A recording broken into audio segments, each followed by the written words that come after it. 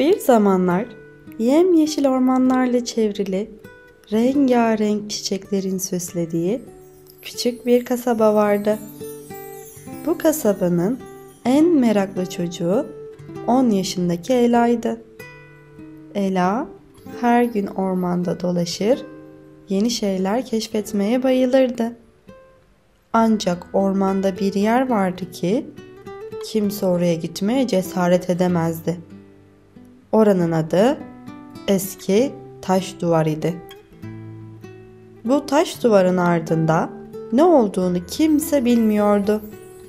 Kasabanın büyükleri duvarın çok eski zamanlardan kaldığını ve ardında sadece unutulmuş bir harabe olduğunu söylerdi. Fakat Ela'nın içindeki merak bu sözlerle yatışmadı. Bir gün cesaretini toplayarak taş duvara yaklaştı ve dikkatlice inceledi. Tam ortasında neredeyse fark edilemeyecek kadar küçük bir taş vardı. İçgüdüleriyle hareket ederek taşı itti ve aniden büyük bir kapı açıldı. Ela gözlerine inanamadı. Kapının ardında bambaşka bir dünya vardı. Gökyüzü mora çalan bir renkteydi. Ağaçlar kristal gibi parlıyordu ve toprak rengarenk ışıklar saçıyordu. Burası taş ülkeydi. İçeriye adım atan Ela etrafına hayranlıkla bakarken bir ses duydu. Küçük bir taş adam ona gülümsüyordu. "Hoş geldin Ela. Sen çok uzun zamandır buraya gelen ilk insansın," dedi. Ela şaşkınlıkla "Beni nereden tanıyorsun?" diye sordu. Taş adam, "Biz buraya gelenlerin kalplerini hissederiz. Senin kalbin cesaret ve merak dolu.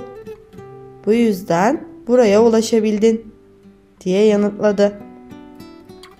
Tam o sırada Ela'nın yanına parlak mavi taşlardan oluşan bir çocuk geldi. Gözleri zümrüt yeşili gibi parlayan bu çocuk kendini tanıttı. "Ben Lumo, taş ülkenin koruyucularından biriyim.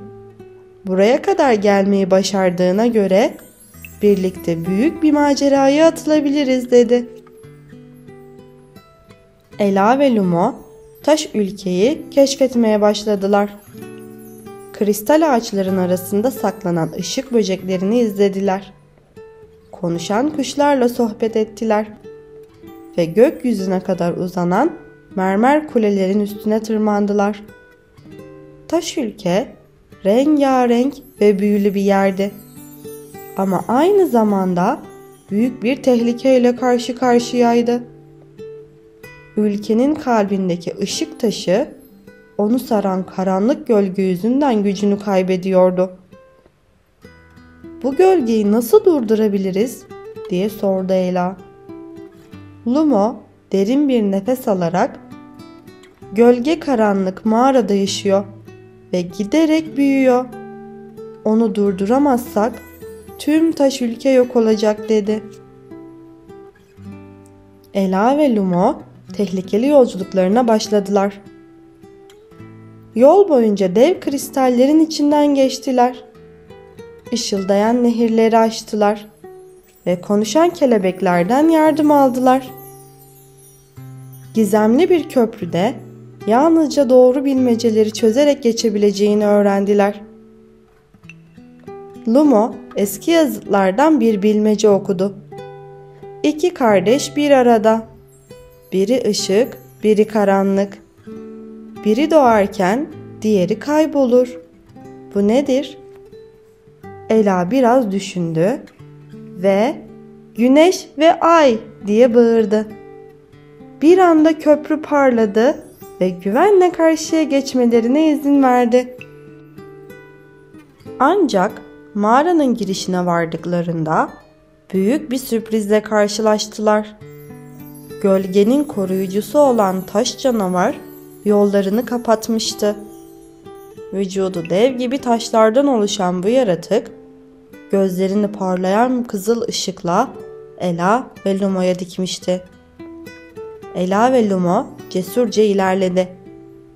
Ela taş canavara iyiliğin ve dostluğun gücünü anlatırken, Lumo parlayan taşları kullanarak karanlık gölgeyi yavaş yavaş dağıtmaya başladı. Taş canavar Ela'nın söylediklerinden etkilenerek bir an tereddüt etti. İşte o an Lumo'nun taşı parladı ve gölge hızla yok olmaya başladı. Büyük taş yeniden ışıldadı. Taş ülke eski parlaklığına kavuştu ve canavar barışçıl bir forma bürünerek taş ülkenin koruyucularından biri oldu. Taş adamlar sevinç içinde Ela ve Lumo'yu alkışladılar.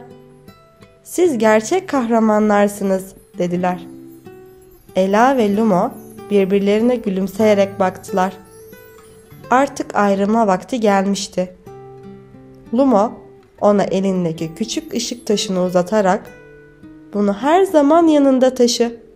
Taş ülkenin ışığını kalbinde hissetmen için," dedi. Ela gizli kapıdan geçerek tekrar kasabasına döndü. Artık o sıradan bir çocuk değildi.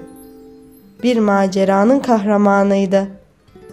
Taş kolyeyi boynuna taktı ve her zaman merakını ve cesaretini kaybetmeyeceğine dair kendine söz verdi. Lumo'yu ve taş ülkeyi asla unutamayacağını biliyordu. Ve o günden sonra Ela'nın gülümsemesi hep ışıl ışıl parladı.